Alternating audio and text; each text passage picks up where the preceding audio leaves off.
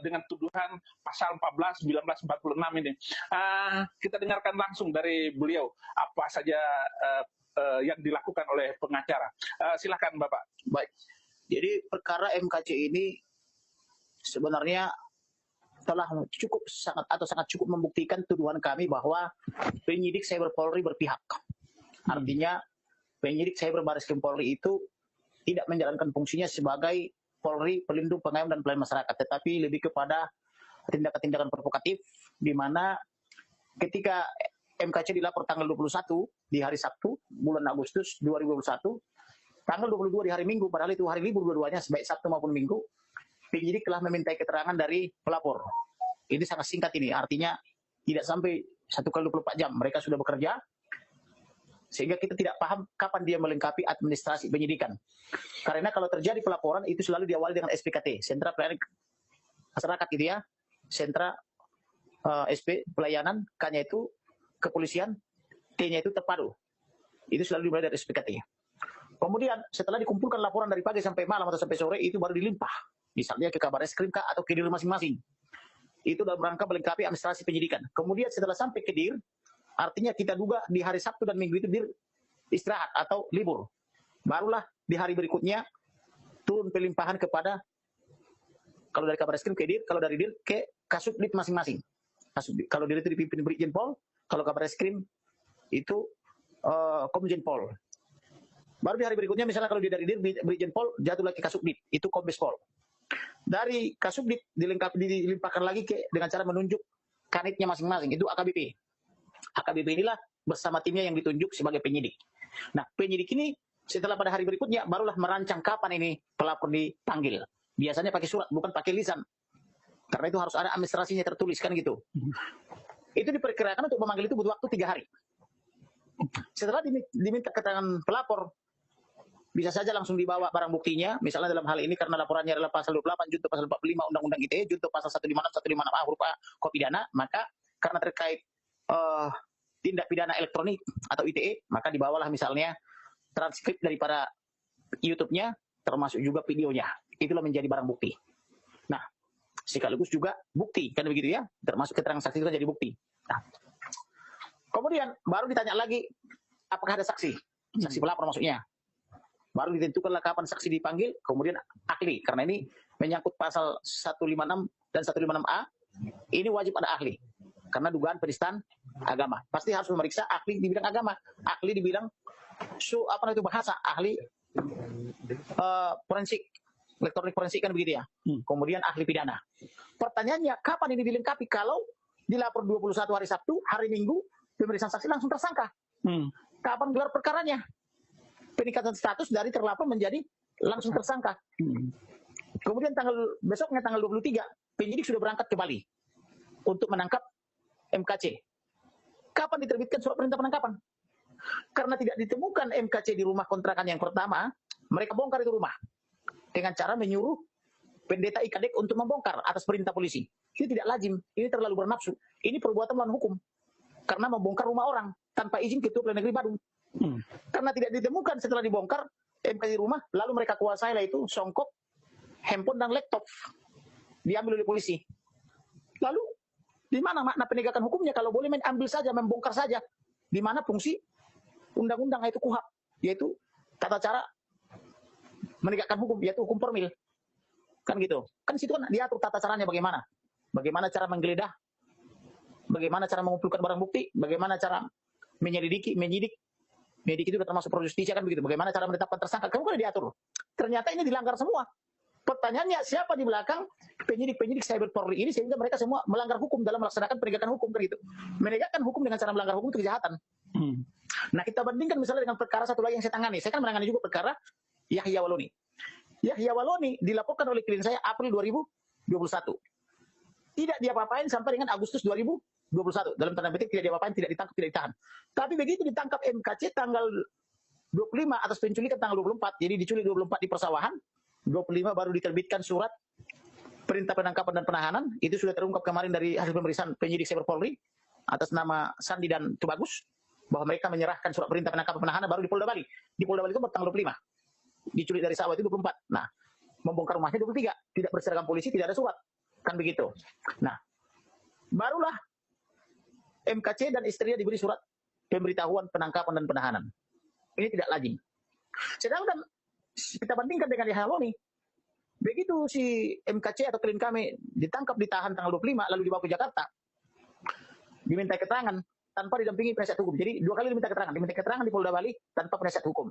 Lalu saya tanya penyidik di pengadilan, kenapa dia ancaman pasalnya 28 junto pasal 45 Undang-Undang ITE, kemudian pasal 156, 156A huruf A, kok tidak didampingi penasihat hukum? Alasannya MKC-nya belum mau didampingi oleh penasihat hukum. Sedangkan MKC menolak, tidak seperti itu, tapi tidak disediakan.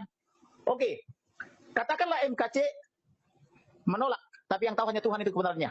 Tetapi ketika MKC dibawa ke Baris Krim Polri, di situ sudah ada 15 orang pengacara bentukan pendeta Yusuf Manobulu.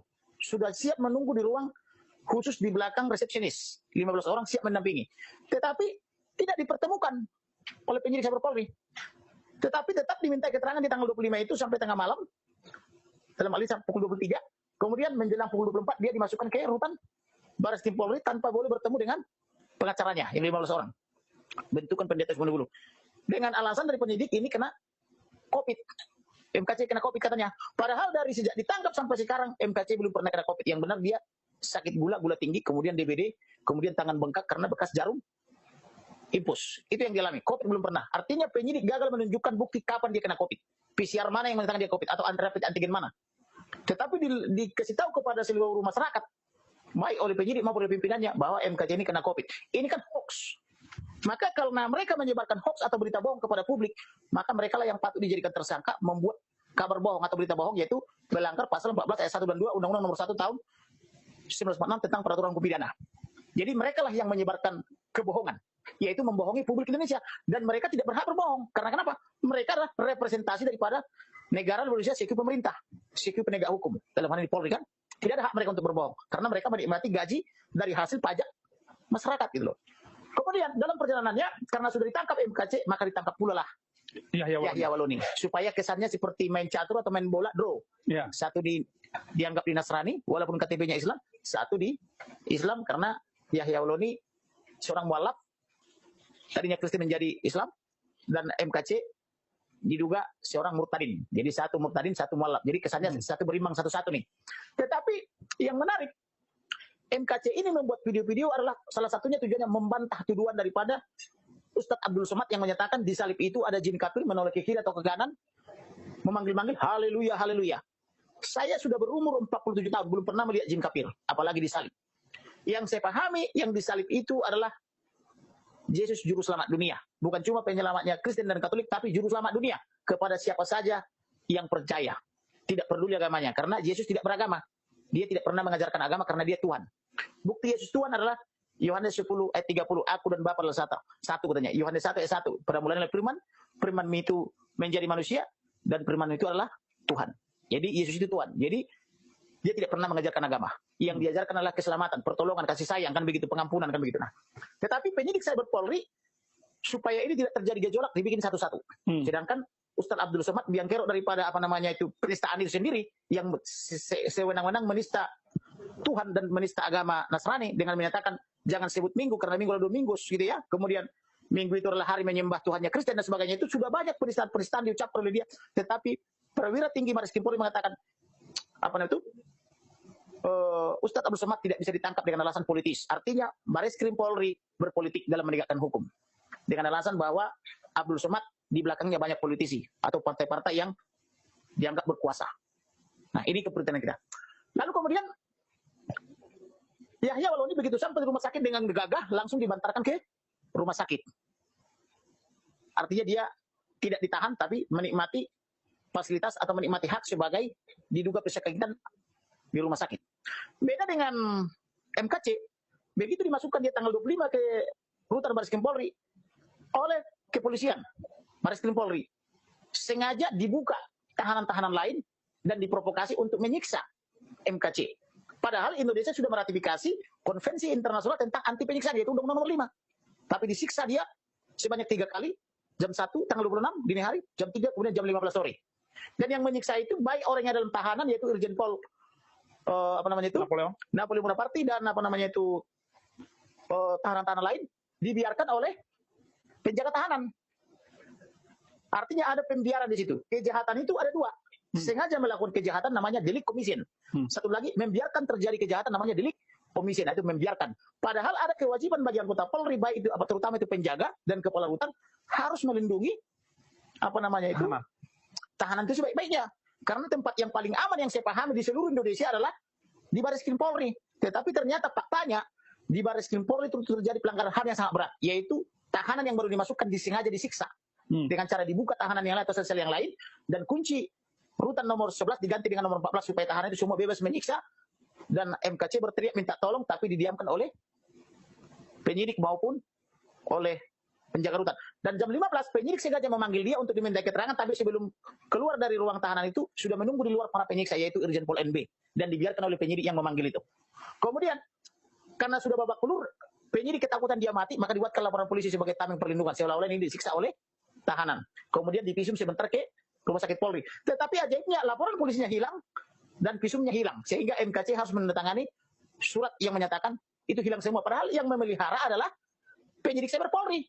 Dan penyidik Cyber Polri terus berbohong keluar sana mengatakan MKC tidak bisa dikunjungi. Tidak bisa dikunjungi oleh PH-nya, tidak bisa dikunjungi oleh keluarganya karena kena COVID. Padahal yang benar dia telah disiksa, dipaksa makan feses, matanya ditutup, badannya diinjak-injak sampai diduga tulang rusuk. Sehingga sampai sekarang MKC tersiksa dan menderita karena penyiksaan yang di Bareskrim Polri itu. Sehingga dia tidak pernah sembuh sampai sekarang. Walau sudah berulang kali kita minta dibatalkan, tapi penyidik Cyber Polri selalu menolak dengan alasan belum ada perintah pimpinan. Entah siapa pimpinan Polri, saya nggak paham. Maksudnya pimpinan yang dimaksud itu. Bahkan sampai saya datangkan Dr. Purwanto dari luar sesuai pasal 58 KUHP dan surat edaran Mahkamah Agung. Saya minta dia supaya disehatkan dan dibantarkan. Ada surat edaran Mahkamah Agung tentang pembantaran, mereka tidak menerima. Dan ketika dokternya Dr. Purwanto saya bawa ke Bareskrim Polri, perwira Bareskrim Polri yang non akpol sangat senang dan bersedia MKC diobati. Bahkan disiapkan satu ruangan kecil, ruang penyidikan. Tetapi penyidik yang akpol mengatakan tidak boleh. Karena belum ada perintah pimpinan atau pimpinan tidak memperbolehkan. Jadi di sini ada peperangan antara perintah pimpinan dengan undang-undang. Ternyata undang-undang di Indonesia kalah terhadap perintah pimpinan.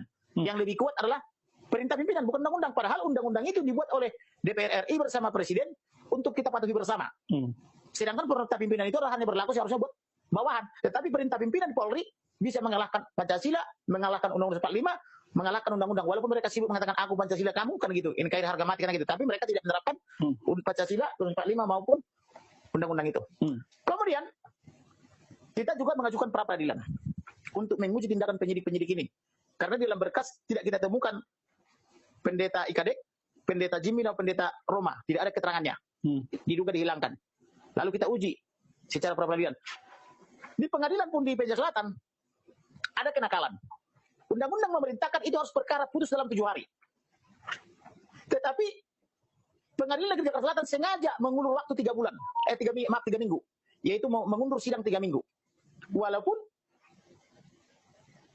Polri dalam hal ini Cyber Polri sebagai tertuntut satu atau termohon satu dalam pra peradilan, demikian juga jaksa penuntut pidana umum sebagai tertuntut 2 atau termohon 2. Hanya jarak 1 kilometer, masih berada di kota yang sama, Kota Selatan. Tetapi pengadilan Jakarta Selatan dengan kenakalannya membuat sidang mundur 3 minggu. Padahal perkara pidana umum yang bukan perkara cepat, dalam 1-2 minggu saja kalau dia satu kota sudah keluar penetapan hari sidang, yaitu dengan cara Ketua Negeri menunjuk majelis hakim menentukan hari sidang kan gitu. Lalu dilakukan surat pemanggilan. Kalau dalam satu kota itu 1 minggu. Kalau antar kota, misalnya Jakarta Selatan, Jakarta Barat, karena melakukan delegasi itu bisa 1-2 minggu. Tetapi ini dibuat 3 minggu, yaitu kita daftarkan, baru 3 minggu lagi dibuat sidangnya. Ini kan kenakalan. Padahal perintah undang-undang itu perkara cepat. Kemudian tertuntut atau termohon sengaja tidak hadir, maka diundur lagi, dipanggil lagi, dan seterusnya. Sehingga mereka karena sudah panik, sudah menjadi subjek pra peradilan atau termohon 1, termohon 2 atau tertuntut 1, tertuntut 2, langsung didaftarkan lagi ke Ciamis dengan dalil kenapa harus ke Ciamis, karena saksi-saksi lebih banyak di wilayah Ciamis. Kenapa saksi lebih banyak di wilayah Ciamis? Karena pasca diketahui oleh penyidik bahwa MKC ini adalah orang yang terusir 19-20 tahun lalu dari kampungnya, maka penyidik memerintahkan Kapolsek Ciamis supaya Kapolsek Ciamis mencari tahu siapa musuh MKC 20 tahun lalu. Maka Kapolsek Ciamis memerintahkan Babinsa, cari dulu musuhnya MKC sekitar 19-20 tahun lalu di Ciamis, yaitu di tepatnya di desa berujung Limus Gede, Cimerak. Jadi Kapolsek Cimerak lah yang diperintah dari Mabes langsung cari musuhnya untuk tidak dijadikan saksi. Cari dulu saksi yang modelnya pembenci kepada MKC. Ini tidak lazim. Biasanya penyidik itu tidak mau mencari-cari saksi. Yang mencari saksi atau mengajukan saksi adalah pelapor. Kalau cukup saksinya, berkasnya naik. Kalau tidak cukup, penyidik cukup mengeluarkan SP2HP yang menyatakan laporan Anda tidak cukup bukti. Maka akan dihentikan apabila tidak ditambah buktinya. Tetapi ini penyidik bernama Bambang Siregar dari Cyber Polri sampai kegenitan karena dia mengaku seorang mualaf. Dia memerintahkan Kapolsek Cimerak di Ciamis untuk mencari musuh-musuhnya. Maka penyidik ini berangkat ke rumah daripada Ki Haji Otong. Sesuai keterangan Ki Haji Otong di Ciamis kemarin kita periksa bersama 2 orang TNI lainnya, iya penyidik datang ke rumah saya. Pertanyaannya, ada apa ini penyidik? Penyidik sampai jauh-jauh dari Jakarta pergi ke Desa Limus Gede atau ke Cimerak untuk bertemu dengan Ki Haji Otong. Dan Ki Haji Otong menjelaskan duduk soalnya 20 tahun lalu, dan dari situlah atas bantuan Ki Haji Otong dan Kapolsek dicarilah saksi-saksi yang pernah mempersekusi dia atau mengusir dia dari kampung halamannya. Karena MKC ini sekitar 20 tahun pernah dia diusir bersama omnya atas nama Kiling. Kiling itu abang bapaknya. Karena Kiling ini diduga mempertahankan imannya. Sehingga Haji Otong ketika omnya dipersekusi, dia membela omnya. Maka mereka sama-sama diusir. Tidak boleh lagi dari Ciamis. Dan yang memfasilitasi pengusiran itu adalah Kapolsek setempat. Sehingga sejak saat itu dia tidak boleh pulang lagi. Dan sebagainya. Nah, inilah yang kita anggap suatu keprihatinan. Bagaimana penyidik yang seharusnya pelindung, pengayom dan pelayan masyarakat menjadi provokator. Maka saya minta Kapolri, Kabarreskrim dan Kadipropam harus memproses ini. Kalau masih suka Indonesia ini hidup damai dan nyaman dalam kerangka persatuan dan kesatuan NKRI. Tapi kalau model-model seperti itu lama-lama nih perkongsian kita dalam negara ini pecah. Karena tidak benarkan secara hukum maupun berdasarkan Undang-Undang Nomor 2 Tahun 2002 tentang kepolisian, baik berdasarkan KUHP, Undang-Undang Nomor 8 Tahun 1991 tentang KUHP, maupun dengan undang-undang terkait lainnya, polisi menjadi provokator. Karena begitu, apa kepentingan polisi, Mabes Polri memerintahkan polisi Cimerak untuk mengumpulkan saksi. Dan polisi Cimerak sudah mengaku itu di ruang sidang. Atas nama Pak Gatot. Pak Gatot mengatakan, saya diperintah oleh Mabes Polri dan diperintah oleh pimpinan untuk mencari saksi ini. Maka dapatlah 13 orang saksi. Dan diminta keterangan sebagian di rumah, sebagian di Polres Garut. Padahal kalau dibicara tentang undang-undang ITE, saksi ini kan bisa dari mana saja. Di Jakarta juga cukup banyak yang bisa menonton video itu. Misalnya ditanya kepada Majelis Ulama Indonesia misalnya, atau ke PBNU misalnya, atau ke Muhammadiyah, apakah kalian mendengar atau membaca video ini? Kan cukup banyak di Jakarta. Kenapa harus pergi jauh-jauh ke Limus Gede, Cimerak, Ciamis untuk mencari musuh dia 20 tahun lalu? Ada apa di otak daripada penyidik ini? Apa yang ada otaknya? Berarti kan kita duga ini di otaknya itu adalah evil mind atau mensreya. Harus mencari musuhnya yang 20 tahun lalu, yang pernah mengusir dia karena membela omnya yang kena persekusi. Begitu lah. Jadi itulah sebabnya kita mengajukan keberatan supaya perkara ini perkara Bali, diadili di Bali atau di Jakarta, karena dilapornya juga di Jakarta dan pelapornya juga alamatnya di Pademangan, Jakarta Utara. Kenapa harus ke Bali? Tetapi jaksa mengatakan dengan alasan untuk pelaksanaan asas pidana, yaitu sederhana, cepat, biar ringan. Menurut jaksa inilah yang sederhana, cepat, biar ringan.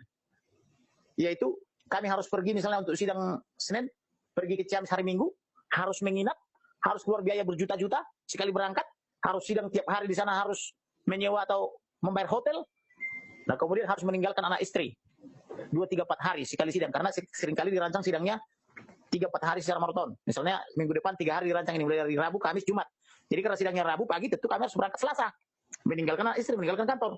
Karena sidangnya biasanya sampai siang malam, seperti kemarin sampai jam 23 atau tengah malam, maka pulang ke Jakarta itu sampainya besok pagi kan begitu. Jadi 4 hari dalam 1 minggu. Tapi menurut jaksa, sesuai keilmuan mereka, inilah perkara cepat, sederhana, biar ringan. Menurut hakim juga ini sederhana dan cepat ringan karena itu kampung halaman dia. Artinya hakimnya tinggal di situ. Tapi menurut PH, karena kami harus datang dari Jakarta, menginap di Ciamis 3-4 hari, meninggalkan istri, kantor dan sebagainya, dan meninggalkan anak, ini biaya besar, rumit. Kenapa rumit? Karena berbelit-belit. Dan tidak sederhana karena biayanya besar. Kan begitu. Nah, kemudian yang lebih menarik lagi, setelah kami periksa para saksi ini, kebanyakan tidak tahu. Tetapi ada skenario dibangun jaksa, setiap saksi mau diperiksa, diputar dulu video. Jadi ini yang makan waktu. Jadi kami harus menonton film atau menonton video tentang MKC berceramah 2-4 jam. Sehingga tidak langsung fokus kepada memeriksa saksi. Jadi pengetahuan saksi itu diperoleh di ruang sidang utama, gedung Cakra, atau ruang Cakra Ciamis. Karena disuguhin nonton video tentang perbuatan MKC, dari situlah dia dapat pengetahuan. Kami curiga kenapa jaksa selalu memutar video kepada saksi dengan alasan barang bukti. Maka ketika MKC pingsan pada tanggal 24 karena sidang dia dalam keadaan sakit tanggal 23-24 Desember 2021, pas dia pingsan, malamnya kami pergi ke Cimerak, Desa Lebuskede. Ternyata di sana tidak ada sinyal. Tidak ada sinyal di kampung itu. Saya di situ 2-3 jam dengan pindah-pindah sudut. Mulai dari kantor Desa Lebuskede, masuk ke belakangnya ada sekolahan, masuk ke bekas rumah daripada MKC yang disebut dengan Tanjakan Murtadin. Di situ ada tulisan belakangan ditulis Tanjakan Murtadin. Kemudian pindah-pindah ke tempat termasuk ke depan rumah Haji Otok. Kami tes, tak ada sinyal. Boro-boro sinyal, jalannya pun masih jalan tanah, masih jalan rusak gitu loh. Kecuali di dekat rumah Haji Otok jalannya sudah mulus. Tapi rata-rata jalan di situ tuh jalan rusak semua. Tak ada sinyal. Boro-boro bisa nonton video, mutar aja, kirim WhatsApp aja tertunda. Saya coba kirim WhatsApp, tidak terkirim. Jadi ini ada dugaan bahwa saksi-saksi sebetulnya tidak tahu, tapi dipaksa tahu setelah dijemput dan dibawa ke Polres Garut dan diperlihatkanlah video itu. Jadi artinya pengetahuan saksi-saksi yang 13 orang dari Limus Gede ini karena dipertunjukkan oleh penyidik Bang Siregar dan kawan-kawan supaya mereka tahu dan supaya emosi mereka tersulut karena mereka adalah orang-orang yang 20 tahun lalu mempersekusi MKC. Nah, kira-kira begitu. Nah, ajaibnya setelah kita periksa saksi ini, mereka marah bahwa Muhammad disebut dikerubuti oleh jin. Marah karena disebut kitab kuning membingungkan karena Allah membiarkan umatnya disesatkan sesuai surah Ar-Jukum 46 ayat 36. Mereka marah karena disebut setiap orang pasti masuk neraka sesuai surah Maryam 11 ayat 71 dan sebagainya. Tapi ketika kita perlihatkan bahwa ada tulisan itu baik dalam berbahasa Arab maupun ahli bahasa atau terjemahannya, mereka semua mengatakan tidak tahu. Mereka semua berkata silakan tanya ahli. Loh kalau begitu saudara kenapa marah? Kenapa saudara marah padahal saudara tidak tahu? Nah yang lebih marah yang sering teriak anjing di situ yaitu pengunjung yang berpakaian busana keagamaan tertentu. Ketika lagi ada pemeriksaan mengenai ciri-ciri Nabi Muhammad, ada bukunya sama kita, Ibnu Katsir, mereka itu marah karena tidak sesuai harapan mereka atau angan-angan mereka selama ini. Seolah-olah itu karang-karangan daripada MKC, padahal ada bukunya. Dan yang lebih ajaib, ketika kemarin itu diulang lagi, ada juga masih ada teriak anjing kemarin ketika pemeriksaan 3 orang kiai, baik dari kiai setempat yaitu Kiai Haji Otong, kemudian ada Kiai Anjanuddin dari Bogor, kemudian ada Kiai Haji juga Kolis Nafis dari Ketua MUI Pusat. Ketika dibacakan itu masih ada juga yang teriak di belakang anjing takbir katanya kan gitu. Padahal kami tunjukkanlah buku itu. Awalnya ketiga orang kiai ini tidak percaya itu ada. Ketika kami tunjukkan kalau begitu kenapa buku ini ada dilindungi oleh undang-undang ada dalam perpustakaan Republik Indonesia dan ini tafsiran Kementerian Agama. Coba dibaca. Mereka juga naik ke meja hakim.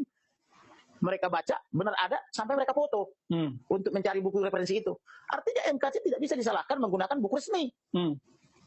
Demikian juga soal surat Al-Jin 19 di dalam Al-Qur'annya versi jaksa disebut di situ ketika hambanya menyembahnya dalam kurung salat atau kurung menyembah Allah maksudnya mereka jin-jin itu berdesakan mengerumuninya. Kemudian di yang versi punya anaknya Pak Kace hampir saja mengerumuninya. Maka ini yang hampir saja ini sempat dipakai pedoman oleh ketiga ya kan nggak pernah dikerubuti kan hampir saja kan berarti belum terjadi kan gitu. Lalu kita minta jaksa bacakan kembali barang bukti itu. Di situ tadi bukan hampir saja tapi dikerubuti. Oh jaksanya lagi nggak bisa. Nggak ada kewajiban kami untuk membaca itu. Oh perlihatkan nggak bisa nggak ada kewajiban. Padahal dijadikan barang bukti tapi tidak ada kewajiban memperlihatkan. Untungnya teman saya Markan Martin sempat memfoto. Lalu yang difoto itu dibaca. Difoto dari depan izin jaksa. Nah ini tadi jin-jin mengerubuti bukan hampir saja. Ini ada 2 buku nih. Ahli bahasanya atau terjemahannya berbeda. Sini mengatakan dikerubuti, sini bilang hampir saja. Nah, apakah ini salah MKC? Dan ini sama-sama terjemahan. Lalu dia bilang, inilah kesalahannya, kata Pak Kiai itu. Harusnya jangan baca terjemahan. Maka bacalah yang bahasa Arabnya. Supaya tidak salah katanya. Lalu saya tanya, Pak, saya sudah memeriksa kurang lebih 15 orang saksi. Dari 15 orang saksi yang beragama Muslim, hampir tidak ada yang tahu ayat ini. Jadi bagaimana dong? Wah inilah kesalahannya Pak. Harusnya mereka itu belajar mengaji. Ini yang saya tanya ini Pak, mulai dari petani, orang biasa sampai kepala kepolisian. Saya sudah periksa ini. Mereka tidak yang tahu Pak. Kalau begitu siapa yang tahu? Inilah Pak, harusnya mereka belajar mengaji kan begitu. Supaya mereka tahu atau cukup tahu saja, tidak usah dibicarakan. Jadi artinya, sami watona ya? Cukup tahu saja, tidak usah diceritakan. Tapi MKC ini kan, selain alumni pondok pesantren, juga lama di Arab. Pasti berbahasa Arab. Bisa membaca Arab. Wah, jadi mereka bilang, tidak boleh, itu kan menafsirkan. Apa bedanya menafsirkan dengan membaca terjemahan saya bilang? Gitu. Ini menafsirkan atau membaca? Ya harus bacanya yang Arab. Nah, kan Pak Kaci kan bahasa Arabnya juga. baru baca terjemahannya, lalu dikomentari. Nah, yang mana yang jadi dipersoalkan, apakah bahasa Arabnya atau terjemahannya atau komentarnya? Tetapi para penceramah lain juga seringkali membaca lalu banyak komentar sampai canda-candaan segala kan gitu.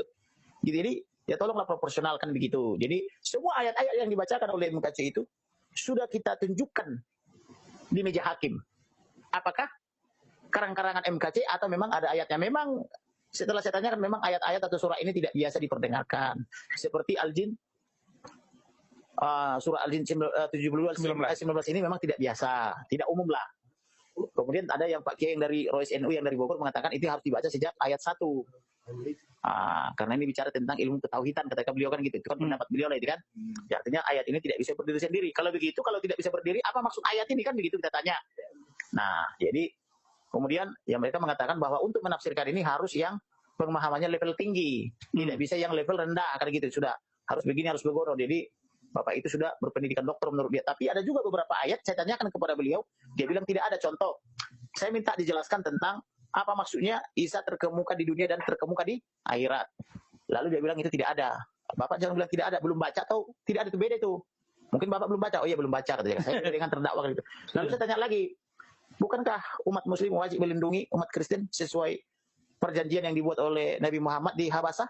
Ketika Nabi Muhammad berperang melawan Quraisy dan dia minta perlindungan kepada kerajaan Kristen di Madinah. Oh iya tidak ada perjanjian katanya. Tapi kalau Profesor siapa namanya Quraisy kan bilang ada perjanjian atau bahkan ketika umat muslim membantu umat Kristen membangun gereja, bahkan memberi hutang misalnya, itu tidak perlu diminta, dibayar. Tapi itu pekerjaan yang sifatnya tak perlu dibebani hutang kan gitu. Itu menurut Profesor Quraisy. Saya pernah baca pidatonya, saya bilang, oh yang nggak ada perjanjian, tapi benar harus melindungi. Kalau begitu Pak, kalau ada keharusan umat Islam melindungi umat Kristen karena sama-sama samawi, apalagi menurut Bapak tadi bahwa Taurat dan Injil juga diturunkan oleh Allah, kan begitu? Kenapa ada penutupan gereja sampai 1000 lebih di zaman pemerintahan Jokowi? Dan yang melakukan itu adalah dalam tanda petik agama Islam kan gitu, yang mempersekusi itu semua. Kenapa ini saya bilang gitu? Oh saya tidak ada punya kewenangan untuk mengomentari pemerintahan Jokowi katanya. Kemudian saya tanya lagi, Bapak bilang tadi bahwa di Quran itu tidak ada pembunuhan atau peperangan. Lalu saya tunjukkan ayatnya bahwa ada perintah membunuh kafir. Kemudian ada perintah memerangi mereka dimanapun kamu temukan kan begitu. Lalu para kiai itu menjawab, khususnya ketua MUI pusat, oh itu memerangi dimaksud itu adalah memerangi dari kemiskinan, memerangi dari apa namanya itu buta huruf dan sebagainya kan begitu, kebodohan katanya. Oh, syukurlah Pak kalau memerangi itu saya jadi damai, saya bilang gitu. Kemudian lalu perintah membunuh itu maksudnya apa nih Pak? Karena membunuh orang kafir. Padahal ada ayat yang menyatakan di surah Al-Maryam, kalau surah Maryam, Isa dan pengikutnya berada di atas kafir hingga akhir zaman. Saya bilang begitu. Bagaimana nih maksudnya Pak? Saya bilang gitu. Oh, tidak ada itu katanya. Tidak ada atau Bapak belum baca kan gitu. Akhirnya dia bilang mungkin belum baca dan sebagainya. Lalu saya minta juga menjelaskan Islam sebagai agama damai dan rahmatan lil alamin. Lalu saya minta juga menjelaskan belum lama ini ada dari MUI diciduk oleh polisi karena terduga teroris. Nah, dia tidak mau mengomentari kan begitu. Jadi banyak hal yang dia tidak mau ikut komentar dan itu dianggap hak dia. Kemudian saya minta juga bahwa ada di surat Ali Imran 3 Pak 5 mengatakan ketika malaikat berkata, "Hai Maryam, sesungguhnya Allah mengembirakan kamu dengan kelahiran seorang putra yang diciptakan dengan kalimat yang datang daripadanya, namanya Al-Masih Isa putra Maryam, seorang terkemuka di dunia dan di akhirat, dan termasuk orang-orang yang didekatkan kepada Allah," kan gitu. Itu saya tanya. Lalu dia bilang nggak ada itu, kan gitu. Nggak ada katanya. Saya bilang mungkin Bapak Majelis Ulama dari Ketua MUI. Nah, kemudian saya bilang bagaimana dengan ini Pak? Ketika banyak menolak Muhammad dengan mengatakan bahwa yang menolak ini ragu, seolah-olah meragukan kenabian Muhammad. Lalu Muhammad bilang, jika kau ragu tentang kitab atau wahyu yang diturunkan, tanyalah kepada ahli-ahli kitab sebelumnya, yaitu ahli kitabullah. Itu maksudnya apa Pak? Bukankah ahli kitab sebelumnya itu adalah Yahudi dan Nasrani? Lalu Ketua MUI mengatakan, oh itu tidak benar begitu. Yang benar adalah jika kau ragu terhadap Al-Quran ini, maka cobalah bikin yang seperti ini. Itu yang benar kata dia. Yang benar Pak, saya pernah membaca loh. Dan nanti saya tunjukkan ke depan gitu. Ya sudah, berarti saya belum baca kan gitu. Jadi seperti itulah kemarin akhirnya setelah kita berdiskusi panjang lebar atau dengan cara saya bertanya, maka salah satu Pak Kiai yang dari Bogor bilang, ini penasihat hukum itu sepertinya menasihati kita di soal agama kan, kata beliau gitu lah. Saya bilang mohon maaf Pak, saya tidak menasihati tapi bertanya karena ini konteks pembelaan klien. Karena apakah yang diucapkan klien itu tidak sesuai Al-Quran dan hadis atau bukan. Jadi kita bertanya supaya kita memastikan saja, karena keterangan bapak-bapak ini kan menentukan nasib daripada klien saya dan kita uji dengan bukti-buktinya. Karena ucapan-ucapan MKC ini yang sesuai dengan Al-Quran dan hadis itu akan kami jadikan bukti. Nanti ke depan hakim, dan itu pasti kami copy Qurannya untuk dijadikan bukti sebagai referensi perkataan-perkataan beliau ini kan gitu. Kemudian terakhir saya tanya kepada mereka, bagaimana Pak? Apakah KC ini kita yang mengucapkan itu kalimat-kalimat itu atau video-videonya itu kapasitasnya sebagai Islam atau sebagai non-Islam dalam hal ini Nasrani? Nah, menurut Ketua MUI itu sudah bukan Islam lagi tapi Nasrani. Lalu saya katakan lagi, bagaimana dengan dia sudah pernah dibaptis 2014 oleh GBI, walaupun GBI menyangkali bahwa dia tidak tahu dibaptis, dan GBI atau saksi dari GBI mengatakan itu Robi Tenggala dan Royke mengatakan tidak tahu dia dibaptis. Kemudian Robi Tenggala dan Royke bilang bahwa dia tahunya dipecat saja November 2018. Lalu saya katakan, kalau dia dipecat November 2018, dia ini kenapa diundang bersaksi sampai 2021, sampai sebelum ditangkap? Terakhir dia bersaksi atau memberi ceramah atau khotbah itu di GBI Bukit Cian Bali. Lalu jawab tidak tahu. Kenapa nih? Karena kedua saksi yang dari GBI mengatakan ini sudah ditegur oleh pimpinan bahwa ini berpotensi pidana katanya. Kalau ini berpotensi pidana, kenapa dia diundang ke seluruh GBI? Yaitu GBI Bekasi, GBI Tambun, GBI Jakarta Timur, GBI Cempaka Putih, GBI yang di hotel, yang di mall, GBI Tangerang sampai dengan Bali, GBI Lampung, bahkan melakukan penginjilan ke Lampung sebagai evangelis bersama pendeta. Kalau memang ini berpotensi pidana, bukankah ini ada sensasinya? Dan menarik buat kalian, makanya kalau undang-undang mana yang betul? Ditegur, dipecat, atau diundang-undang terus? Tolong yang jelas. Kau percaya nggak di ruangan ada Tuhan? Kau bersaksi di sini ada Tuhan, saya bilang kepada kedua pendeta itu. Kamu jangan bohong-bohong. Jaksa langsung kelojotan menolak saya bertanya begitu kan, tapi hakim bilang silakan dijawab. Dia menegur jaksa supaya jaksanya diam dulu gitu loh. Artinya dalam hal itu majelis hakim kita angkat topi lah ya, karena mendesak supaya orang itu jujur. Selama ini kalian memampatkan dia bersaksi kemana-mana sebagai tuayan jiwa-jiwa. Tapi ketika polisi datang sama jaksa belum antikris, kalian cuci tangan. Jadi seperti Petrus mula-mula atau seperti siapa itu yang menghakimi itu, Pilatus saya bilang cuci tangan, saya bilang gitu. Saya kasih tahu kamu ya, saya tidak takut sama majelis hakim dan jaksa-jaksa itu. Saya takut hanya kepada Tuhan, saya bilang. Kamu baru jaksa yang datang sama polisi, kamu sudah pada berbohong. Mana mungkin kau sebagai bagian administrasi GBI tidak tahu dia ini sebagai jemaat kalian, tidak tahu sebagai jemaat yang sudah dibaptis kalian. Ini surat baptis saya kasih tunjuk nih, ke hakim di depan mereka. Ini yang keluarkan GBI. Kenapa kalian semua cuci tangan? Bilang tidak tahu, bukan jemaat kalian dan tahunya hanya dipecat. Apakah di gerejamu itu boleh beragama lain? Sehingga bisa dipecat saja. Tidak tahu dibaptis, tidak tahu ini agamanya, saya bilang gitu. Seolah-olah di GBI itu multi agama ada, saya bilang gitu. Jangan dong begitu. Saya minta ini Insinyur Niko diperiksa di sini untuk mempertanggungjawabkan undangan-undangan ini. Diundang bersaksi kemana-mana. Dan ternyata MKC ini bisa bersaksi di berbagai GBI, bukan keinginan dia. Dan dia tidak tahu di GBI semua itu lama-lamanya. Yang jelasnya diundang. Artinya ada fasilitator. Dia bilang gitu. Artinya paniklah semua itu sampai keringat dingin itu. Kedua orang itu. Yang pendeta apa itu? Robi Tenggala dan pendeta Royke ini. Lalu terakhir berkelit, kami hanya administrasi. Justru karena kamu administrasi, harus melengkapi administrasinya. Apa begitu adanya, diterima saja tanpa memeriksa KTP, NPWP, apa namanya itu, kakak, dan sebagainya. Jangan. Ternyata ini ada buktinya nih. Ada kartunya, saya bilang kartu anggota di GBI. Jangan dong begitu caranya. Ini ada tanda tangan kalian.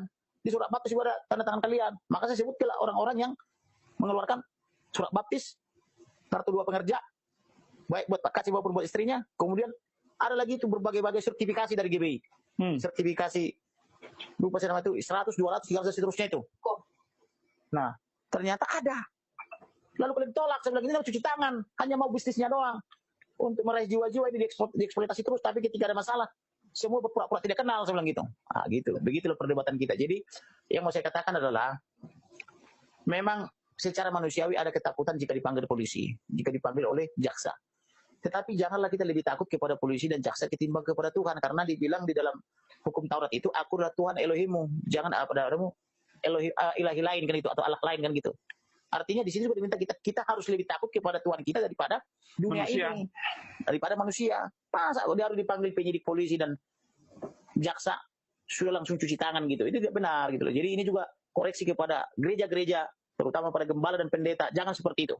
Jadilah gembala yang baik dan benar, jangan menjadi gembala upahan yang hanya mau bisnisnya. Tetapi marilah, kalau memang benar katakan benar, dia harus benar. Kalau tidak katakan tidak, sesuai firman Tuhan dalam Matius. Lebih daripada itu ada dusta. Jangan ada dusta di antara kita, kata Bruri Pesoliva bersama dengan siapa itu yang wanita itu? Yang dia lagunya jangan ada dusta di antara kita.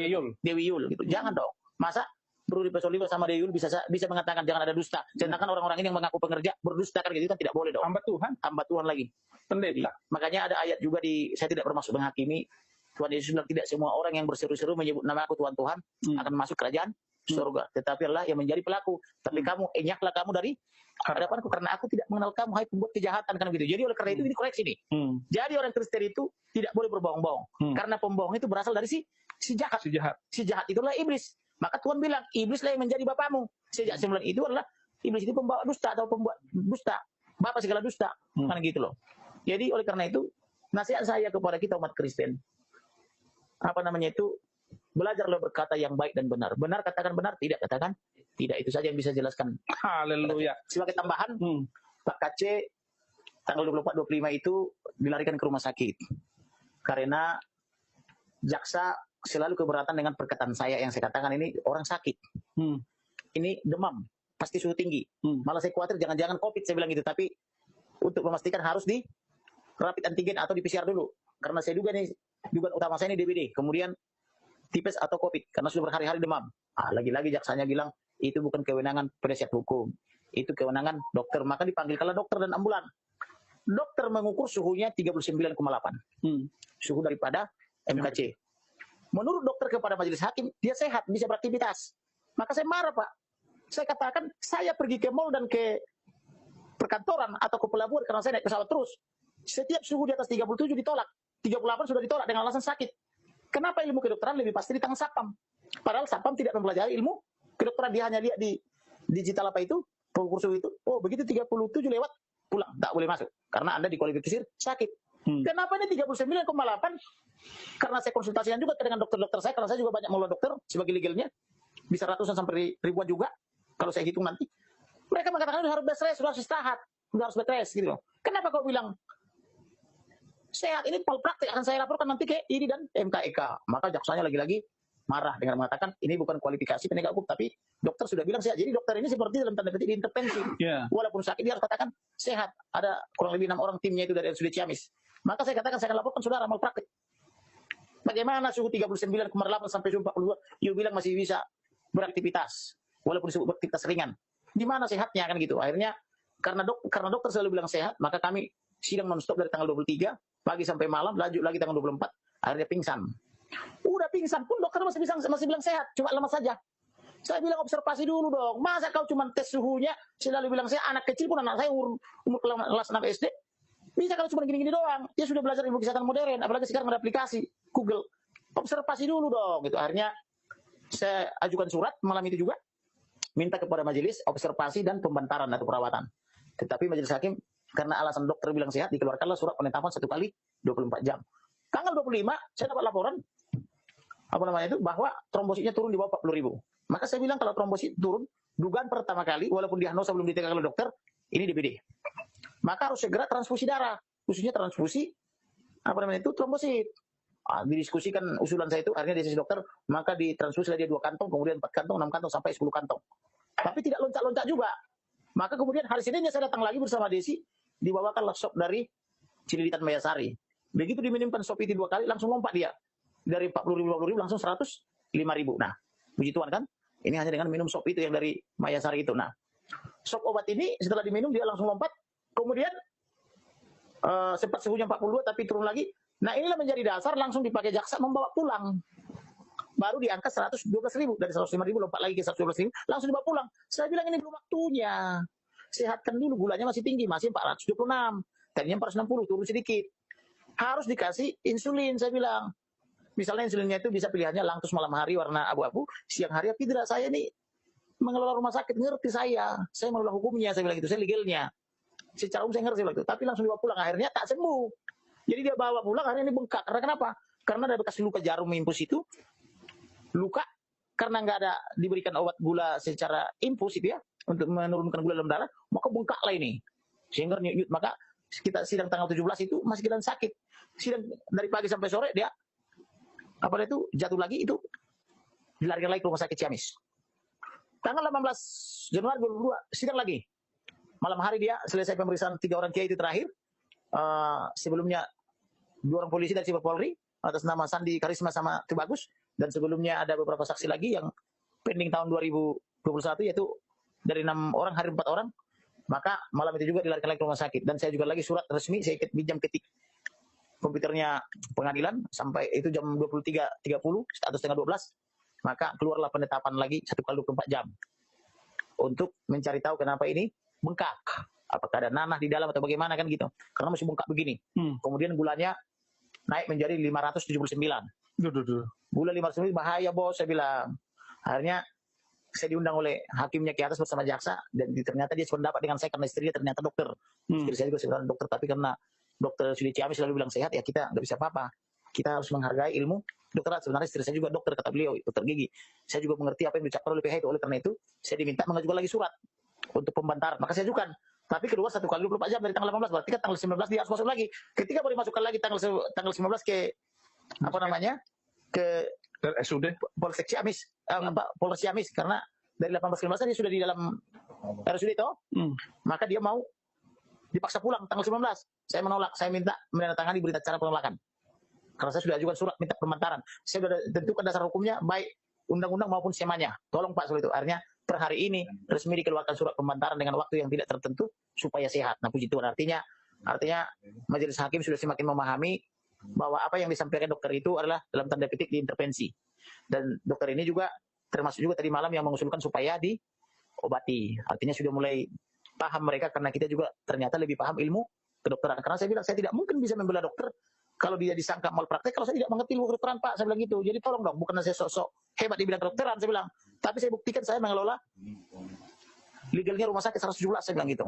Sampai dengan detik ini saya bilang gitu. Jadi tolonglah, ini sama kemanusiaan. Menegakkan hukum tidak harus berlaku kejam, karena kita negara Pancasila. Apalagi kemarin-kemarin juga para kiai itu sudah seperti sahabat kita, karena happy ending kan gitu. Mereka juga jadi cair. Bahkan saya damaikan juga dengan MKC juga mau. Bahkan Pak KC juga meminta atau memohon kepada 3 orang kiai itu, bagaimana Pak kalau saya pulang, apakah saya boleh atau masih dipersekusi. Tapi dengan kondisi saya sudah jadi Kristen, karena di kampung Limus Gede itu atau desa Limus Gede itu berdasarkan saksi-saksi memang di sana katanya belum bisa diterima berbeda keyakinan atau berbeda agama. Oleh karena itu dia memohon, saya sudah rindu pulang kampung halaman saya, boleh dong saya pulang dengan kondisi saya sudah Nasrani, walaupun KTP saya masih Islam. Maka saya rencana mau mengganti KTP saya nanti kalau saya pulang kampung ke desa Limus Gede, apa itu Kampung Brujul itu di Cimerak. Jadi Pak Kolis Nafis mengatakan itu hak setiap orang soal agama. Saya tidak bisa mengomentari itu. Artinya silakan kan gitu. Itu dari Ketua MUI. Artinya saya ucapkan terima kasih. Kemudian dari Pak Kiai Haji Aindin Samsudin itu juga mengatakan silakan. Bahkan saya ini selain apa namanya Roisnya apa namanya itu NU, saya juga anggota FKUB, Forum Komunikasi Umat Beragama. Jadi dia bilang bahkan kami ini selalu melindungi gereja seperti yang dibilang sahabat kita. Kalau saya dikatakan sahabatnya gitu, kita juga pelindung peribadatan gitu. Jadi silakan saja atau gitu. Tetapi Pak Kiai Haji Otong sempat bilang gini, tergantung masyarakat itu. Maka saya tanya Pak Kiai Haji Otong, jangan bilang tergantung masyarakat. Bapak itu tokoh Ketua MUI setempat Pangandaran. Bapak mengizinkan atau tidak? Bapak dulu nih, nanti masyarakat yang lain pasti menyetujui kalau Bapak menyetujui karena Bapak tokohnya gitu. Oh iya, saya nggak ada masalah kan gitu. Jadi ya, baik Pak Kiai Haji Otong maupun Kiai Haji Aindin Samsudin itu, kemudian juga Bapak Kiai Kolis Nafis itu welcome kan gitu. Itu hak setiap orang. Artinya ini satu poin yang positif. Artinya ketiga orang kiai ini sebagai tokoh sudah memahami keadaan daripada Pak Kaci. Bahkan mereka juga kemarin itu bersedia memaafkan kan begitu, memaafkan. Karena itu saya tanya, Allah itu kan Maha Pengasih, Maha Pelindung, Maha Pengampun dan Maha Pemaaf sesuai 99 sifatnya. Bagaimana dengan Bapak Kiai yang bertiga ini? Apakah bersedia memaafkan? Kalau saya perdamaikan sebelah gitu. Oh ya kira Allah aja memaafkan bagi kita kan gitu. Jadi cair ngomongnya kemarin. Jadi cair gitu ya. Jadi bahkan kita berfoto bersama. Jadi mereka juga mengundang saya, silakan kalau mampir ke rumah ya kan gitu, kata Pak Kiai Haji Otong. Kenapa nggak mampir ke rumah kan gitu? Karena saya bilang saya sudah ke rumah Bapak, ada di depannya. Bapak itu menguji sinyal apakah dapat atau tidak. Kemudian dari yang dari Bogor juga, dari NU sangat bersahabat, saya juga diundang, datanglah ke rumah kami, mampir ya. Pak Kiai Kolis Nafis juga, silakan Pak mampir kita ngobrol-ngobrol kan gitu ya. Saya pasti mampir Pak, terima kasih sudah memberikan pencerahan kan gitu. Jadi saya bilang harus ada dialog antar umat beragama, harus ada toleransi, karena kita hidup berbangsa dan bernegara tidak bisa sama. Toh di dalam Islam aja juga ada perbedaan-perbedaan, tidak bisa sama. Ada Syiah, ada Sunni, ada NU, ada Muhammadiyah, bahkan ada Al-Maidah dan sebagainya itu kan. Seterusnya itu Ahmadiyah maksudnya. Ahmadiyah itu. Jadi saya katakan ya dalam menyikapi perbedaan itu harus ada dialog. Nah, kalau semua serba barat nanti bagaimana gitu. Jadi bahkan saya ada sedikit disindir sama Pak Kiai yang dari Bogor itu. Ini PH ini seperti menasihati kita di soal agama kan itu. Saya mengapa tidak menasihati tapi minta pandangan lah artinya supaya negara ini tetap utuh toh, saya bilang gitu. Kira-kira begitulah Pak. Ya, saudara masih ada satu pendapat yang saya mintakan dari beliau Ya. Sebagai pengacara. PH-nya Yahya Waloni. Nah, ini Yahya Waloni sudah divonis 5 bulan. 5 bulan dari tuntutan 7 bulan. 7 bulan. Kalau lihat video-video Yahya Waloni, itu mulutnya busuk dan kotor. Dia bilang Alkitab bukan saja palsu, tetapi bohong katanya. Iya. Kok tega-teganya ini hakim ini memutuskan 5 bulan. Wah, luar biasa ini. Sementara Yahya Waloni MKC itu digiring dengan pasal 14, 19, 46 yang tuntutannya 10 tahun. Ya. Nah, dari kasus MKC ini sebenarnya kasus MKC ini Somad dulu yang ditangkap, bukan MKC. Ya. Jadi salah ini pengadilan Ciamis menyidangkan MKC. Salah besar. Begitu juga saya dengar jaksa peneliti perkara ini adalah jaksa peneliti yang sama di kasus MKC. Saya minta ini penonton ini sedang menanti jawaban pengacara kita. Jadi betul, waktu itu saya mengatakan mengapa ada muncul pasal 14 ayat 1 Undang-Undang Nomor 1 Tahun 1946 tentang Peraturan Hukum Pidana yang ancamannya 10 tahun buat MKC. Karena saya pengacara pelapor. Yeah. Dan saya selaku pengacara pelapor ketika Yahya Waloni memohon melalui penyidik mau bertemu saya bersedia, bahkan saya bersedia mencabut laporannya atas nama klien saya apabila dia memenuhi 7 syarat ya. Syarat pertama waktu itu saya kasih kepada Yahya Waloni, dia harus mengklarifikasi apakah dirinya anggota tentara atau bukan. Syarat kedua, dia harus mengklarifikasi apakah dia sebagai anggota tentara atau diduga tentara kuliah di Hebrew University, dapat gelar S1, S2, S3, dibilang teologi, bahkan mahir dibilang bahasa Ibrani, kan gitu ya, sebagai salah satu bahasa Alkitab kan begitu ya, selain bahasa Yunani kan begitu. Nah, yang ketiga, dia harus mengklarifikasi dia sebagai rektor UKI Papua. Apakah benar tidak? Karena tidak ada mahasiswa angkatan pertama sampai angkatan terakhir yang kenal dia. Apakah dia rektor sampai pagarnya doang atau benar-benar rektor, harus klarifikasi. Dan dosen-dosen pun tak kenal dia. Yang berikutnya, dia harus mengklarifikasi apakah dia benar pendeta atau tidak di GKI. Karena GKI tidak mengenal dia sebagai pendeta. Nah, kemudian dia harus mengklarifikasi perkataan dia yang mengatakan bahwa kitab suci orang Kristen itu atau Babel Kristen itu adalah dongeng tambah tahayul adalah omong kosong. Karena menurut dia itu kan palsu. Dia harus mengatakan kapan dipalsu, siapa yang memalsu, dan di mana aslinya. Kan begitu. Nah, kalau ada palsu kan berarti ada asli, tahu. Nah, kemudian dia harus mengklarifikasi itu, mengatakan Matius, Markus, Lukas, Stefanus, Caktikus kan begitu. Itu kan pelecehan. Kemudian juga dia akan mengatakan bahwa orang Kristen walaupun dia jenderal atau 100 bintang pasti masuk neraka. Dia harus mengklarifikasi, padahal Alkitab Kristen atau Injil mengatakan orang yang percaya kepada Yesus itu dapat pengampunan.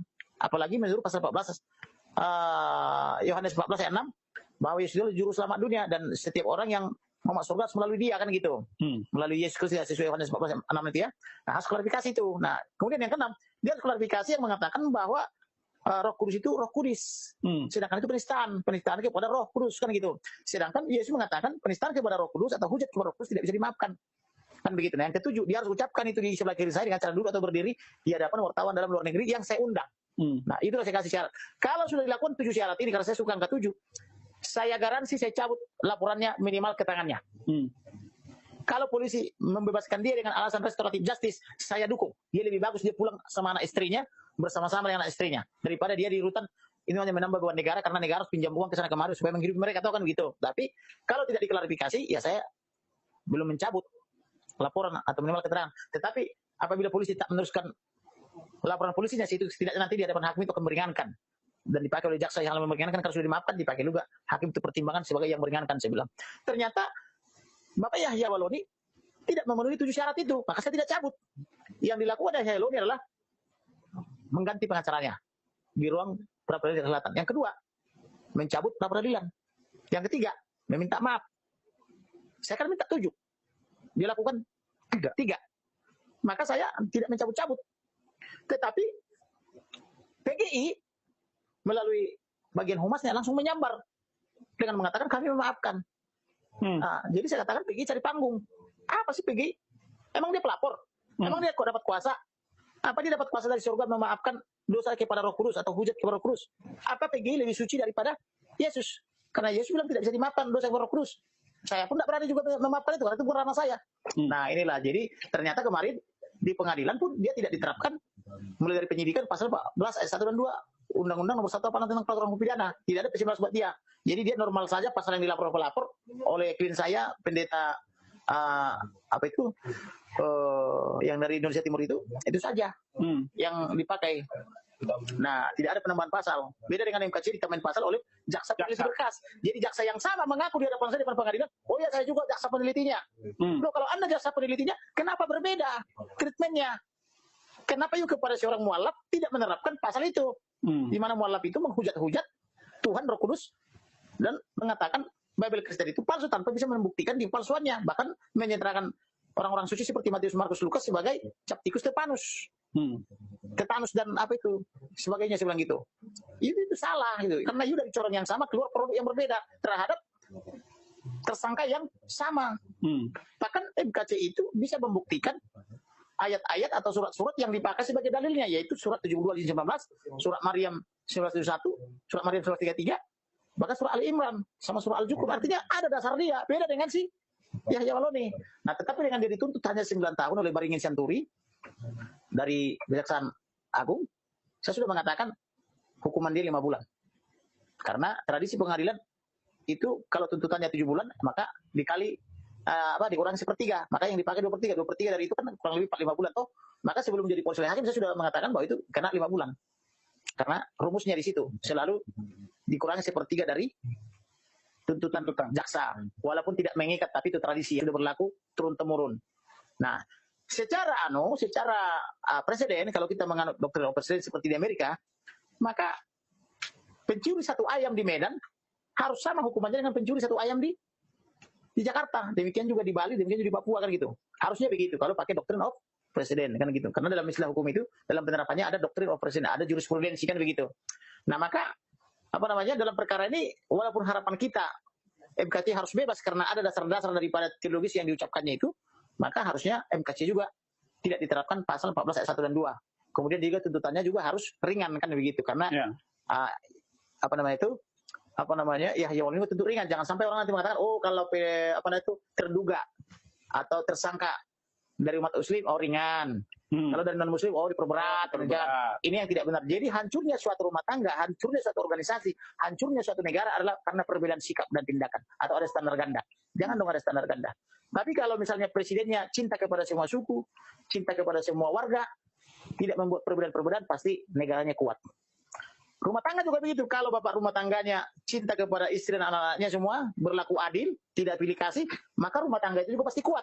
Tetapi kalau seorang bapak rumah tangga lebih sayang misalnya kepada anak pertama atau anak tengah atau anak terakhir, maka pasti terjadi gejolak. Kalau bapak pilih kasih, itu bapak yang seperti itu pasti tidak dihormati oleh istri dan anaknya. Tapi kalau dia bersikap adil, ada kepastian hukum, ada keadilan, ada kemanfaatan, bapak yang seperti itu pasti dihormati. Gitu loh. Jadi intinya adalah soal sikap dan tindakan, tidak boleh standar ganda. Jadi karena Indonesia negara hukum, marilah tegakkan hukum seadil-adilnya. Jangan seperti kemarin di Lampung lagi orang beribadah Natal ya, dipersekusi di hadapan polisi dan tentara, tapi polisi dan tentaranya diam-diam saja. Ini kan tidak benar. Karena pelakunya dari agama yang nota di dalam tanda petik disebut mayoritas, walaupun sistem kenegaraan kita tidak mayoritas minoritas, kan gitu. Demikian juga di Batam, justru gereja ditutup atas peran Kapolsek dan camat. Di hadapan tentara juga sama ASN lainnya. Ini kan tidak boleh dong. Masa kita negara hukum, negara Pancasila, negara yang melindungi 6 agama, tapi bukan termasuk kepercayaan, tetapi di musim Natal dan tahun baru di hadapan polisi atau bersama polisi dan camat memaksa menutup gereja KBP Batam. Ini kan tidak boleh dong. Mau kemana negara ini? Dan Jokowi sebagai bapak, Jokowi sebagai presiden, Jokowi sebagai kepala negara tidak boleh cuma modal diam atau tutup mata. Kenapa Jokowi melihat pelanggaran HAM di Palestina dengan Israel ketika mereka baku hantam, dilihatnya sebagai pelanggaran HAM, tetapi orang beribadah bertahun-tahun di halaman istana, Jokowi tidak melihat pelanggaran HAM. Kenapa sih yang jauh dilihat, yang dekat tak dilihat? Inilah kritik kita. Dan kenapa anggota-anggota dewan dari partai besar seperti PDIP tidak melihat ini? Mereka diam-diam saja seolah-olah menikmati kejahatan-kejahatan HAM yang luar biasa ini. Ini juga kritik kita. Ini tidak boleh dong. Jadi lalu kepada siapa dong masyarakat minta tolong? Dan kenapa SKB 23 Menteri nomor 9 dan nomor 8 tahun 2006 produk zaman SBY terus bisa dibikin mengesampingkan Pancasila, mengesampingkan Undang-Undang 45, mengesampingkan Undang-Undang HAM dan undang-undang lainnya. Seolah-olah SK yang dibuat oleh Menteri jauh lebih hebat kekuatannya daripada Pancasila. Katanya norma dasar kita Pancasila atau grup normanya kan gitu. Dalam teori studi teori gitu ya. Katanya kita negara konstitusi, di mana harus dilindungi hak-hak konstitusional setiap orang. Katanya kita negara hukum, ada berbagai undang-undang dan perpu-perpu kan begitu. Tapi bisa dikesampingkan oleh dua orang menteri, yaitu Menteri Agama dan Menteri Dalam Negeri. Dan itu pula dipakai sebagai legitimasi untuk menutupi tempat ibadah, khususnya gereja. Ini yang tidak boleh. Maka oleh karena itu, supaya ini tidak menjadi dagangan politik daripada partai-partai, kita harus berani menolak, memilih partai itu. Dia cuma ngomong kosong. 2014 ketika Jokowi menjadi presiden, bilangnya SKB 23 menteri ini mau dicabut. Tapi udah 5 tahun Jokowi jadi presiden, tak dicabut. Ketika dia mau presiden kedua, bilangnya mau dicabut lagi. Tapi sudah 2 tahun dia, sejak presiden kedua, tak dicabut-cabut juga. Berarti kita cuma dijanji-janjikan, harus berani. Maka kalau ada kampanye politik, apakah itu presiden, apakah itu gubernur, bupati, wali kota, harus berani membuat kontrak politik. Jika you terpilih, you bisa melakukan ini enggak? You bisa cabut di SKB 3 menteri ini, karena ini dipakai membredel gereja-gereja kami, membredel tempat ibadah kami, harus berani. Jangan dipilih dulu baru ditanya-tanya kapan cabutnya. Maka hanya angin-angin surga atau ansor kan begitu, itu tidak boleh. Nah inilah tugas kita itu supaya lebih tegas, karena kita haknya sama. Setiap warga negara bersamaan hak dan kedudukan di muka hukum dan pemerintahan, pasal 27 dan 45. Gitu loh. Jadi harus tegas. Jangan cuma kambing congek kan begitu. Jadi ini yang perlu. Dan saya kemarin juga saya tegaskan di hadapan 3 orang kiai yang hebat-hebat itu, baik yang dari Pangandaran, dari Bogor, Jawa Barat maupun dari pusat. Saya katakan setiap orang berhak. Kenapa orang beribadah harus ditutup gerejanya? Tapi karena beliau menolak mengomentari pemerintahan Jokowi, sebetulnya saya minta bukan mengomentari pemerintahan Jokowi, tetapi di zaman Jokowi, kenapa ada 1000 gereja ditutup dan kalian diam saja? Kenapa ada para mualaf menista dan menjelek-jelekkan Yesus seperti Menahem Ali mengatakan itu sebagai anak haram? Kenapa kalian diam aja? Nah, memang orang-orang yang mualaf maupun orang murtad ini kan sering juga ya, masih lebih mengingat agama-agama lama. Jadi saya katakan begini, kalau sudah dapat yang baru, stoplah membicarakan yang lama. Ibarat kita ini sudah punya pacar baru toh, jangan lagi menyebut-nyebut pacar lama. Kita fokus lagi pada pacar yang baru ini, konsentrasi kan gitu. Jangan lagi ingat-ingat mantan. Toh pernah kita sukai juga mantan itu kan, jadi jangan dijelek-jelekan. Nah, marilah kita fokus kepada yang baru kan begitu, karena yang baru sudah datang, sesungguhnya yang lama sudah pergi kan gitu. Jadi supaya ada toleransi. Dan tugas utama dari presiden adalah melindungi ini sebagai bapak. Presiden kan bapak, presiden itu kepala. Jangan jadi bapak dan kepala yang tidak tegas, yang mencela-mencela gitu. Harus tegas bahwa semua orang dilindungi. Setiap orang bebas beribadah. Jangan harus 90 orang. Bagaimana mau beribadah harus 90 orang? Harus minta persetujuan masyarakat sekitar 60 meterai. Harus mendapat rekomendasi FKUB. Lalu kalau tidak diberikan, orang nggak boleh beribadah.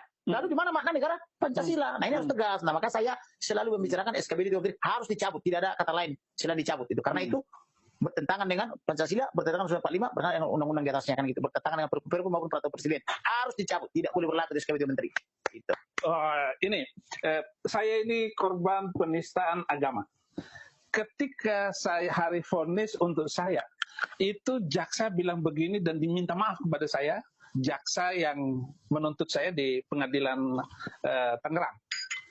Maaf karena tuntutan ini bukan dari kami, tapi dari atas katanya. Ini untuk kasus saya. Mirip juga dengan kasus kaca ini kalau begitu. Bagaimana pandangan Bapak? Itu cuma cuci tangan. Sama halnya dengan Babinsa. Kenapa you siapkan kenapa you siapkan saksi-saksi 13 orang dalam tanda petik musuhnya MKC atau orang-orang yang pernah mengusir MKC dari kampung halamannya. Dia bilang, maaf Pak, bukan dari saya hanya menjalankan perintah atasan. Di atasannya Kapolsek. Kapolsek juga mengatakan atasannya adalah di atasnya lagi. Jadi biasa itu kepada manusia yang tidak bertanggung jawab selalu mengatakan perintah atasan. Jaksa juga begitu. Kemarin jaksa yang sama mengaku sebagai peneliti berkas yang sama memperlakukan treatment yang berbeda. MKC diterapkan pasal 14 ayat 1 dan 2, tetapi Yahya Waloni tidak diterapkan. Yahya Waloni dibantarkan oleh penyidik ke rumah sakit, walaupun sakitnya nggak seberapa. MKC yang sudah berdarah-darah tidak dibantarkan, bahkan hilang laporan polisinya dan PCR pertumnya kan gitu. Jadi alasan-alasan itu adalah hanya sebagai alasan pemaaf atau excuse. Orang yang bertanggung jawab tidak perlu banyak alasan, cukup satu, yaitu bertanggung jawab terhadap dirinya sendiri dan terhadap Tuhannya, maka dia bisa melaksanakan yang baik dan benar. Tetapi pemalas dan sebagainya pasti banyak alasan, banyak excuse, apalagi manusia yang tidak bertanggung jawab. Jadi hal-hal itu akan selalu terjadi apabila kita tidak kompak. Maka masyarakat harus kompak. Apakah itu masyarakat Muslim, Kristen, Katolik, Hindu, Buddha, harus kompak. Jangan mau diprovokasi. Maka belum lama ini ada seorang Habib, itu menurut saya sangat hebat. Kebetulan saya dukung, bahkan saya fasilitasi. Dia bikin Natal, Habib Kribo, bersama dengan klien saya Pendeta Andreas. Cuma sayang waktu itu saya tidak bisa hadir, bahkan undangannya presiden. Tapi yang datang KSP, wah ini luar biasa nih Pak Habib ini. Seorang Habib bikin acara Natal dan proposalnya sampai di kantor. Saya dukung Pak. Bahkan ada kekurangan biaya Natalnya, langsung saya kontak seorang direktur salah satu perusahaan BUMN, bantu bikin CSR. Karena ini harus kita dukung orang-orang yang berpikiran seperti ini. Yang berpikirannya itu majemuk. Yang melihat bangsa ini jauh lebih besar daripada golongan-golongan atau suku-suku atau agama-agama tertentu, saya bilang gitu. Maka saya dukung Pak. Jadi kita perlu orang-orang seperti itu. Jadi soal Bapak dituduh penistaan ataupun dibikin dakwaan dan tuntutan yang sangat berat, nah itulah permasalahan yang harus kita perjuangkan. Karena penistaan-penistaan itu memang selalu dialamatkan kepada orang-orang yang non-muslim secara umum. Dan baru satu-satunya pemecah rekor itu Yahya Waloni. Itu pun masih dipertanyakan keislamannya oleh orang-orang Islam sendiri karena dianggap tidak rahmatan lil alamin. Sedangkan menurut teman-teman kita, tokoh-tokoh muslim yang hebat misalnya, ketika mereka berceramah itu, maka kedengarannya memang sangat luar biasa. Contoh kalau kita mendengar misalnya Kiai Buya Sakur itu profesor itu kan berceramah, kita bisa sambil minum kopi dan tambah ilmu kita. Demikian juga misalnya dengan Profesor Presiat, saya sangat suka. Demikian juga Gus Nur dulu kan, atau teman saya, sahabat saya Gus Nuril misalnya, ketika dia membuat tauhid, kita nyaman mendengar, nggak ada rasa ini, rasa takut. Tapi ada yang juga yang lain, ketika dia berceramah kita seperti emosi, mau apa, mau siap-siap mau perang kan gitu. Ini maksudnya apa nih kan gitu. Jadi beragama itu sama dengan naik kendaraan umum. Ada naik kendaraan umum ugal-ugalan, maka penumpang ketakutan. Tapi ada juga yang bawa kendaraan umum itu smooth, maka penumpang damai. Jadi beragama juga begitu. Agama itu akan tentram di tangan orang yang pembawa damai. Tapi agama itu juga kedengarannya atau kelihatannya seram dan apa itu bikin gusar di tangan orang-orang yang apa namanya itu yang fundamentalis kan begitu. Jadi tergantung orangnya siapa yang bawakan. Saya juga tidak pilih-pilih kalau ada penceramah-penceramah seperti Buya Sakur atau Profesor Buya Sakur, Quraisy itu nyaman mendengar saya. Saya nikmati itu sampai selesai itu apa maksud tujuannya. Jadi tambah ilmu kita. Bahkan dari Profesor Quraisy saya tahu bahwa ternyata Nabi Muhammad pun pernah dilindungi oleh kerajaan Kristen. Bahkan istri-istri Nabi Muhammad pun ada yang Kristen, ada yang Yahudi. Kalau saya tidak mendengar Profesor Quraisy berceramah, saya tidak akan tahu itu. Kan begitu. Kita pikir perbedaannya sangat jauh. Ternyata 24 nabinya Islam itu adalah yang ada dalam Alkitab, Taurat dan Injil atau Alkitab kan begitu. Kalau kita tidak dengar kita tidak tahu. Kira-kira begitulah Pak. Haleluya. Terima kasih sekali saudara-saudara, kita sudah sampai kepada titik. Nanti kita akan minggu depan lagi saya akan janji bertemu dengan saudara-saudara untuk mendoakan dan kita berpuasa untuk MKC agar keadilan hukum ini bisa terjadi. Apalagi kalau MKC ini oleh jaksa dituntut 7 bulan, divonis pasti 5 bulan. Jadi selesai langsung keluar ini MKC. Siap, ya. Harapan kita. Ini harapan kita ini supaya kelihatan ini adil Dan Pak KC bisa pulang kampung. Ketemu dengan Haji Otong. Ya, Haji Otong ya. Bisa berdamai kan gitu. Berdamai. Untuk apalah ribut Haji Otong. Bukan Haji Otong itu otak kosong, bukan. Otak Bapak itu penuh isi gitu. Terima kasih saudara-saudara. Tuhan Yesus memberkati. Amin.